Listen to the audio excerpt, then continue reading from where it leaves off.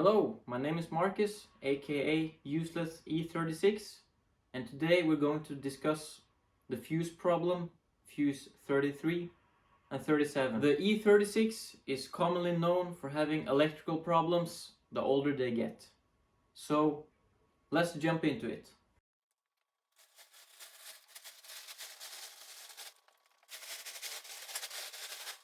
So, as you probably know, this is my 1996 BMW E36. It's a 325i, but engine doesn't matter in this problem solving.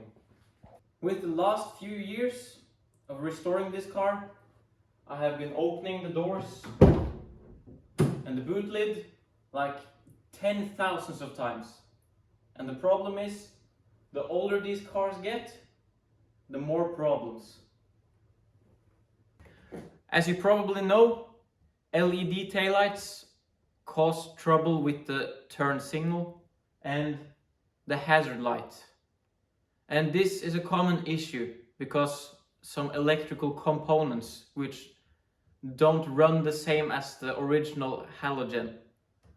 And to fix this, you need some other electrical components. I don't know the name of them, it doesn't matter. But you need to put these components on the taillights to make them run smoothly like they should be original. I will show you.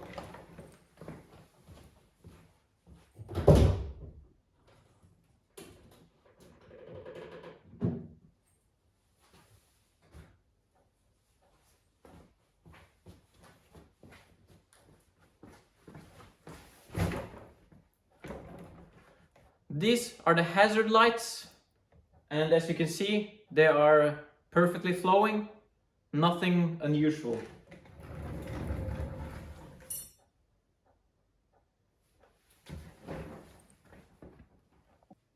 After ages of not having power in the car, I finally reconnected the battery, just to see how the taillights were playing with the car and how they looked, because of course I painted the car and I wanted to see the results. And I stumbled upon a problem. When I sat in the car and I took the light switch on, it should be normal. Every light should come on, no problem. But then I noticed something. The cluster light was not showing. Also, the other interior lights were off. And I've had this problem before. So I quickly came out of the car and I started to watch how everything else was doing. I walked to the front of the car. As you can see now, both lights are on, but when I stumbled upon this problem, the left side, or the right one, was not lighting up. Then I checked the rear of the car, and I also saw that the right side was not glowing up. And this is mainly because of one problem. After getting to know this problem, I knew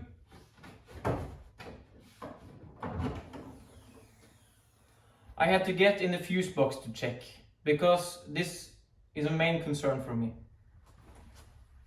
So I head over to the fuse box. It's located on the left side. You open it up gently, don't break anything, and you can start checking the fuses. Probably you will not see any error, so you have to find this cheat sheet. I'll put it on the screen for you for a couple of seconds. And then you have to find out where the fuses are located and what the fuses are for. And just to head start you on this, the fuses you are looking for, which has to do with the lightning, is fuse 33 and 37. They are both located on the front row. I will show you. Now this is the area you are looking for. I believe this one is 37 and this one is 33. They are both supposed to be red, but since I blew all the red fuses on trying to find out the error, I just had to go with a blue one until I get another red one. It's no problem as long as the car is not being used. But putting bigger fuses on low fuse circuits could be a problem. Because if you have some errors in your lights and the fuse is too big, it will probably cause the fuse not to melt when there is a problem. And when the fuse don't melt, the weakest point will melt. So probably the cables, but that's not for this issue. So when I got this problem, I did as everyone else. I checked the forums. I went to Bimmer forum and I used about 1 or 2 hours, I think, and I did not find the answer I was looking for. So I had to start fixing the problem by myself. And believe me, it was not easy. I did as every sane person would do. I tried to check with the multimeter if there was electricity running. And there was.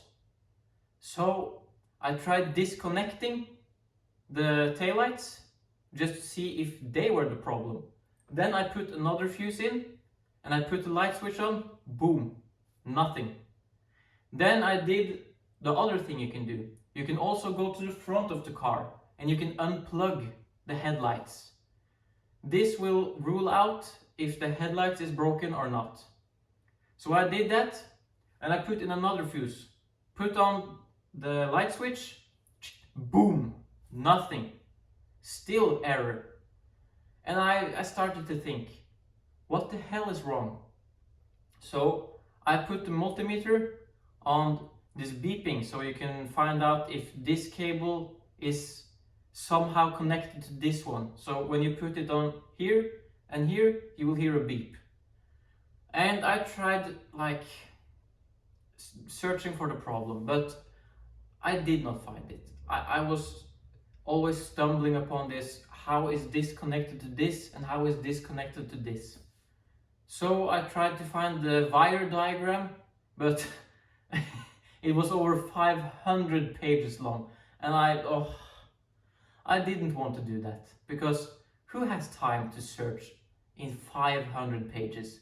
Alright, maybe there is some hack to find the right specific things you are looking for, but hell, the book is in German. I don't know German.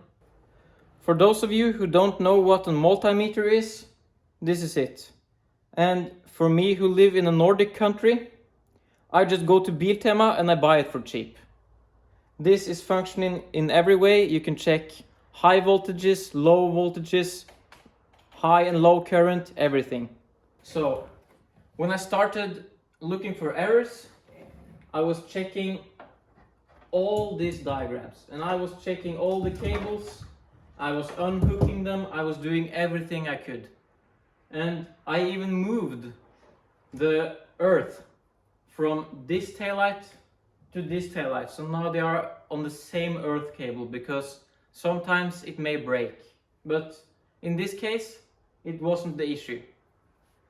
And after hours of trying to find something, I found a post on Bimmer forum for like ages ago about a person having this problem with 10 fuses on his car blowing up at the same time. He ran to the workshop, they tried to find the issue and they tried to just replace all the fuses, started the car, turned on the switch, boom, everyone blew again. So they have used countless hours just to find the issue. And when they finally did, shit me not, you will not believe how stupid it is. As you can see, this cable is not the same as it used to be, because whenever I was opening up the boot lid and closing it for like ages, I didn't expect anything to happen here, but clearly after seeing that post, I had to make sure. So I took it out from the clips. It's fairly easy. Just pop it out and just take it out from under the gas dampener here. And I took a knife and I cut a hole in it. And when I opened it up, check out the pictures.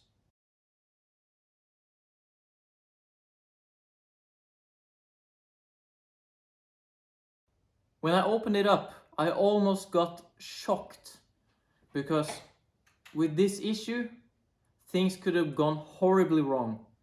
This could also be the cause for many more problems, but for me it was the one side of the car not lighting up and the fuse blowing up every time.